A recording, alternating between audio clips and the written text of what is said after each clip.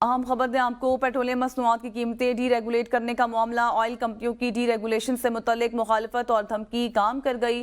D regulation کا حتمی فیصلہ اب بھی وفاقی حکومت ہی کرے گی۔ فیصلہ سازی سے قبل سٹیک ہولڈرز کے تحفظات کو سنا جائے گا۔ اوگرا خط میں مقامی سٹاک نہ اٹھانے سے متعلق قیاس آرائیاں بے بنیاد ہیں۔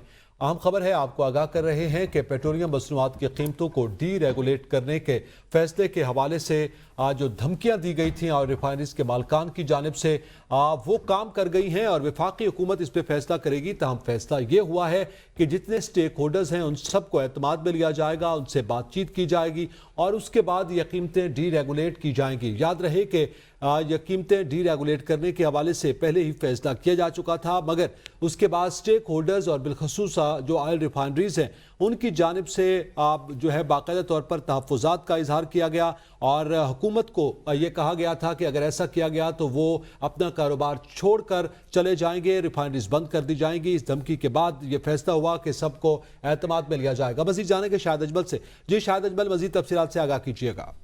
جی بالکل، پیٹرولیم مصنوعات کی قیمتوں کو ڈی ریگولیٹ کرنے پر حکومتی مشاورت کے معاملے پر جو ہے آئل کمپنیوں کی ڈی ریگولیشن سے متعلق مخالفت اور دھمکی کام کر گئی ہے اور اوگرا نے قیمتیں ڈی ریگولیٹ کرنے پر تحفظات سے متعلق آئل ریفائنریز کو خط لکھا ہے اور خط میں کہا گیا ہے کہ ڈی ریگولیشن پلان جو ہے وزیر اعظم آفس کی ہدایت پر اس پر بریفنگ دی گئی تھی اور ڈی ریگولیشن کا حتمی فیصلہ ابھی بھی وفاقی حکومت کرے گی اور حکومت تمام شراکت داروں کی مشاورت سے یہ فیصلہ کرے گی اور فیصلہ سازی سے قبل سٹیک ہولڈرز کے تحفظات کو سنا جائے گا اور شراکت داروں کی تجاویز کو پالیسی میں شامل کیا جائے گا۔